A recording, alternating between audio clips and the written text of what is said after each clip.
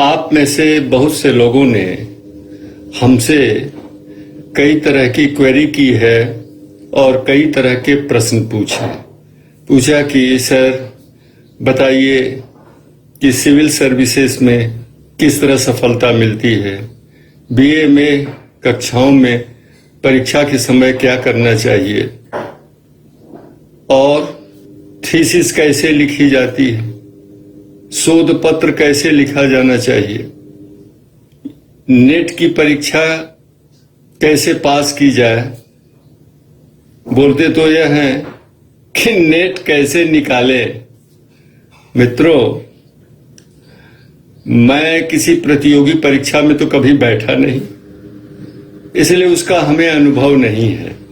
मैं पहले ही आप लोगों को बता चुका हूं कि जब इंटरमीडिएट करने के बाद मैं अपना ट्रांसफर सर्टिफिकेट टीसी लेने गया विद्यालय, तो हमारे प्रिंसिपल ठाकुर ब्रह्मदेव सिंह, जो बता चुका हूं कि हमारे जीवन में केवल छात्र जीवन में एक ही आदर्श अध्यापक थे, वो ब्रह्मदेव सिंह थे। उन्होंने हमसे गुरुदक्षिणा में 2 चीजें ली थी। नंबर 1 कि तुम वचन दो कि तुम अध्यापक बनोगे। नंबर 2, पूरे देश के विद्यार्थियों के लिए तुम इंग्लिश और हिंदी दोनों भाषाओं में पाठ्य सामग्री प्रस्तुत करोगे।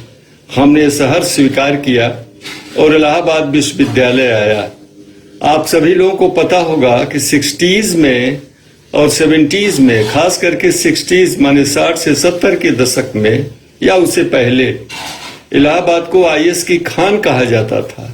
यानी देश के 60-70% आईएएस केवल इलाहाबाद विश्वविद्यालय से हुआ करते थे, क्योंकि उन दिनों इंग्लिश मीडियम में पढ़ाई होती थी। उड़ीसा से, आसाम से, नॉर्थ ईस्ट से, साउथ से स्टूडेंट्स, विद्यार्थी इलाहाबाद विश्वविद्यालय पढ़ने आते थे और इस तरह से सिविल सर्विसेज में उत्तीर्ण होने का प्रतिशत सर्वाधिक हुआ करता था। लेकिन चूंकि हमारे गुरुजी ने हमसे गुरुदक्षिणा मांगी थी, इसलिए मैं जब विश्वविद्यालय में आया और हॉस्टल जीएन झा हॉस्टल में रहता था, तो जब हमारे साथियों को पता चला कि मैं तो अध्यापक बनना चाहता हूं, जबकि हॉस्टल के सभी लड़के क्लास 1 क्लास 2 में सेलेक्ट हो जाते थे, तो हमसे जो है गाली गलौज करते थे सब। और आप जानते हैं मित्र मंडली में सब चलता है और अच्छा भी लगता है। कहें अम्मा यार, तुम जो है मुदर्रिस बनना चाहते हो? हमने कहा हाँ जी। हमारे गुरुजी ने कहा हो सकता है इसमें कोई उनकी बहुत बड़ी एक से कामना छिपी हो, या हमारे बहुत बड़ा इसमें उद्देश्य में हम प्राप्त करने वाला हूं मैं, तभी तो सोच समझ के कहा होगा उन्होंने। तो मैं अपने अनुभव के आधार पर ही आपको कुछ बता पाऊंगा कि मैं कैसे अध्ययन करता था। मेरे अध्ययन करने की प्रणाली ग्रेजुएशन और पोस्ट ग्रेजुएशन में इस तरह की थी कि मैं पहले पुस्तकें जाके शॉप पर से कई पुस्तकें देख करके एक पर्चे के लिए उनमें से एक सेलेक्ट करता था जो हमें अच्छी लगती थी। हम टीचर्स के द्वारा बताई हुई पुस्तकों पर ध्यान नहीं देते थे, हम स्वयं सेलेक्ट करते थे देख देख के उनके कंटेंट को, उनके अंदर के मैटर को। और फिर मेरे सामने सिलेबस होता था, यानी कोर्स प्रिस्क्राइब्ड जो होता था। तो सिलेबस में जो टॉपिक्स दिए होते थे उनको मैं बहुत ध्यान पूर्वक पढ़ता था और उसके अनुसार हम पुस्तक में विषय सूची में उन टॉपिक्स को टिक कर देता था। ऐसे ही अब किसी पेपर की पहली पुस्तक मैंने उठाई और एक अध्याय को पढ़ा, बहुत ध्यान पूर्वक, ध्यान लगा के, मस्तिष्क को केंद्रित करके पढ़ा उसे। अब पढ़ने के बाद नीचे एक तारीख डाल देते थे, तारीख और महीना, और एक टिक लगा दिया, माने इस अध्याय को मैंने एक बार पढ़ा। हमारी पुरानी पुस्तकें जो उस समय की हैं उनमें आप पाएंगे हर चैप्टर के अंत में 7-8 आपको इस तरह से डेट पड़ी होगी, 7-8 बार टिक लगा होगा, 7-8 बार टिक लगा होगा, मतलब कि उस अमुक अध्याय को मैंने 7 से 8 बार पढ़ा है। ये जानने से फायदा क्या होता? बार बार पढ़ने से वही कहावत चरितार्थ होती है, रसरी आवत जात ते सिल पर परत निशान। बार बार उसको पढ़ने से वो पूरी चीजें याद हो जाती हैं। ये मस्तिष्क रूपी कंप्यूटर में कैद हो जाती हैं। और परीक्षा से 1-2 महीना पहले मैं उनकी नोट्स तैयार करता था, और ये नोट्स जो है हमें परीक्षा के समय बड़ी उपयोगी होती थी। तो मैं भी आपको यही सलाह दूंगा कि आप चाहे सिविल सर्विस में की तैयारी कर रहे हैं या प्रोविंशियल सर्विस की तैयारी कर रहे हैं या बीए, एमए, बीएससी, एमएससी की तैयारी कर रहे हैं, ये मेरे अनुभव को अगर आप क्रियान्वित करेंगे तो आपको बहुत फायदा होगा। जैसे सिविल सर्विसेज का आप सिलेबस उठाइए और उसके अनुसार अपने टॉपिक्स को सुनिश्चित कीजिए और उसके अनुसार अपनी पढ़ाई प्रारंभ कीजिए, और पुस्तकों का चयन आप स्वयं करिए।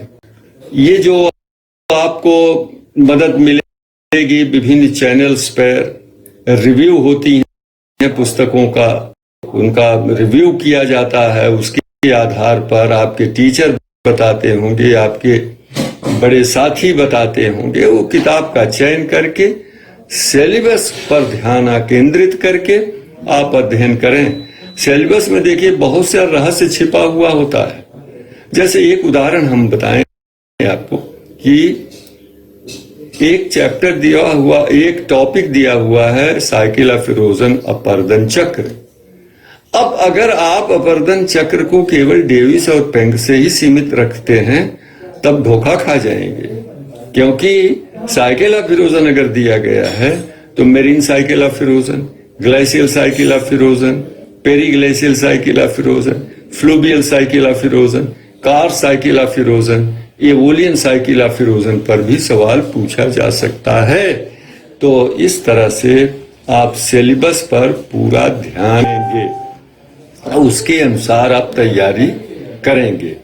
बाकी चीजें जो है वो गौड़ हो जाती हैं, और आपको नोट्स फिर बनानी है, चाहे किसी प्रतियोगी परीक्षा के लिए, चाहे यूजीसी नेट के लिए। और दूसरी बात ये ध्यान देने योग्य है कि जो सवाल पूछा जाता है, सवाल में जो प्रश्न पूछा, वो प्रश्न को भी पढ़िए गौर से। जितनी उसकी मांग है उतना ही लिखिए। अगर उससे ज्यादा आप जान रहे हैं तो ज्यादा को मत लिखिए। और आपके लिखावट में वैज्ञानिकता होनी चाहिए। वैज्ञानिकता का मतलब होता है विश्लेषणात्मक, एनालिटिकल अप्रोच होना चाहिए। यही कारण है कि देखिए भूगोल से एमए, एमएससी किए हुए लोग सिविल सर्विसेज में कम सेलेक्ट होते हैं, और नॉन ज्योग्राफी के जो कैंडिडेट्स हैं, खास करके साइंस विज्ञान वर्ग के, इंजीनियरिंग के, मेडिकल के, वो ज्यादा सेलेक्ट हो रहे हैं। क्यों? क्योंकि उनकी अप्रोच वैज्ञानिक होती है, वो टू द पॉइंट लिखते हैं, व्याख्या सहित लिखते हैं, और जितना मांगा जाता है प्रश्न में उतना ही उत्तर लिखते हैं। यह आपको विदित होगा कि सिविल सर्विसेज में इस समय ज्योग्राफी मोस्ट पॉपुलर विषय है, सबसे ज्यादा स्कोरिंग है, सबसे ज्यादा लोग इसे ऑप्ट करते हैं। तो अगर आप, कई लोगों ने जो आईएएस में सेलेक्ट हो गए हैं, उन्होंने जो अपना इंटरव्यू दिया हुआ है उसमें भी यही बात कही है कि सिलेबस को पहले आप जो है ध्यान पूर्वक पढ़िए, और 10-12 वर्षों का प्रश्न पत्र, क्वेश्चन पेपर आप इकट्ठा कीजिए और देखिए कि किस प्रश्न पर कितना बार प्रश्न पूछा गया है, उन पर आप ध्यान ज्यादा दीजिए। देखिए जब मैं विद्यार्थी था तो मैं 3 श्रेणी में 3 कैटेगरी से तैयारी करता था, अपने नोट्स बनाता था। नंबर 1 कैटेगरी में वे टॉपिक्स आते थे कि जिसपे सब प्रश्न अगर आ जाएगा तो हम 70 से 80% नंबर पाएंगे। दूसरी कैटेगरी होती थी 60 से 70% वाली, और तीसरी कैटेगरी होती थी 50 से 60% वाली। और 50-60 में सिलेबस का कोई भी टॉपिक मैं नहीं छोड़ता था, पूरा तैयार करता। अगर 3 प्रश्न भी मेरे फर्स्ट कैटेगरी के आ गए 5 में से, तो जानिए 75% नंबर से ज्यादा आएगा, कम नहीं आएगा। और देखिए यही हुआ मेरे साथ, जो बार बार पढ़ने की बात कर रहा हूं।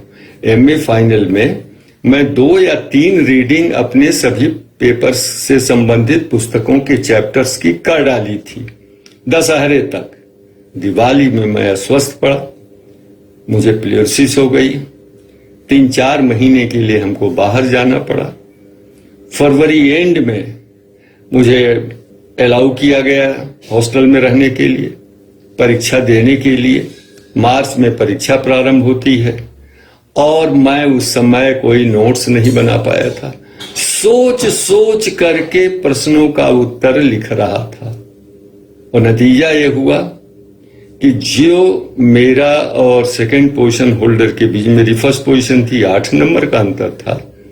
एमए फाइनल में वो गैप बढ़ करके 43 नंबर हो गया, और प्रथम श्रेणी और प्रथम स्थान के साथ मैंने एमए पास किया। तो वो जो पढ़ाई की थी मैंने पहले, जो अध्ययन किया चैप्टर्स का, देखिए काम आ गया हमारे। यही आप जो है अनुसरण आप करते हो। हमें नहीं जानते कि आपको कितना फायदा होगा, लेकिन जहां तक मेरा व्यक्तिगत अपना सवाल है, मैं यही करता रहा।